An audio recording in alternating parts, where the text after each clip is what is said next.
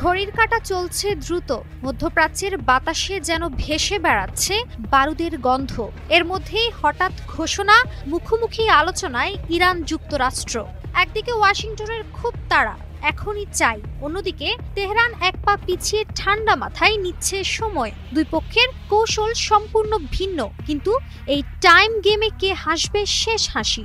যুক্তরাষ্ট্র এখন চুক্তির জন্য মরিয়া। মার্কিন প্রেসিডেন্ট ডোনাল্ড ট্রাম্প স্পষ্ট জানিয়েছেন, চুক্তি না হলে ইরানের উপর হবে বোমা হামলা।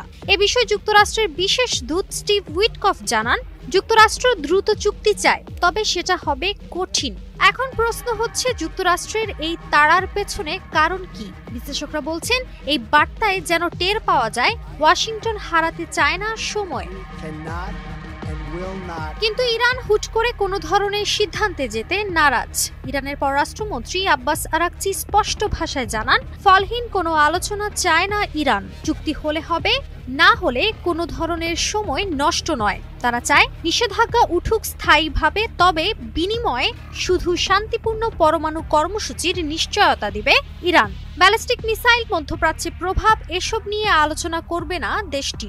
এদিকে আন্তর্জাতিক পরমাণু সংস্থা বলছে, ইরানের ইউরেনিয়াম মজুদ 60% সমৃদ্ধিতে পৌঁছে গেছে, অর্থাৎ 275 কেজি, যেটি 90% গেলেই বোমা বানানো সম্ভব। সুতরাং এটিও একটি বড় কারণ হতে পারে যুক্তরাষ্ট্রের তাড়ার পেছনে, এমনটাই বলছেন আন্তর্জাতিক বিশ্লেষকরা।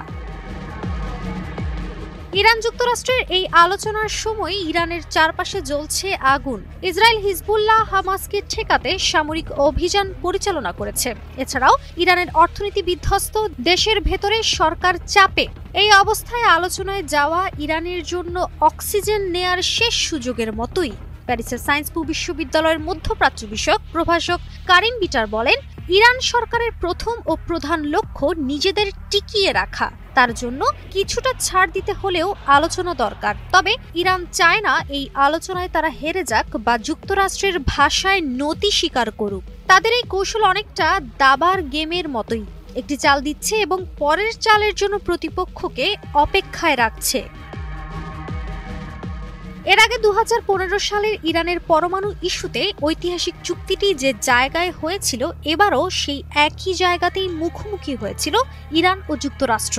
তবে আলোচনা হয়েছে নাটকীয়ভাবে বিচ্ছিন্ন কক্ষে, ওমানের পররাষ্ট্রমন্ত্রী বাদার বিন হামাদ আল বুসাইদির মাধ্যমে।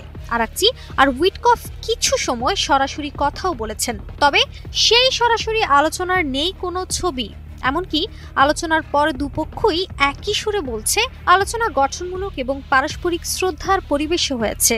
এছাড়াও ইরান যুক্তরাষ্ট্রের পরবর্তী বৈঠক ঠিক হয়েছে আগামী সপ্তাহে। সঠিক প্যাড আর সঠিক তথ্য দিয়ে এসব সামলে নিব এক হয়ে।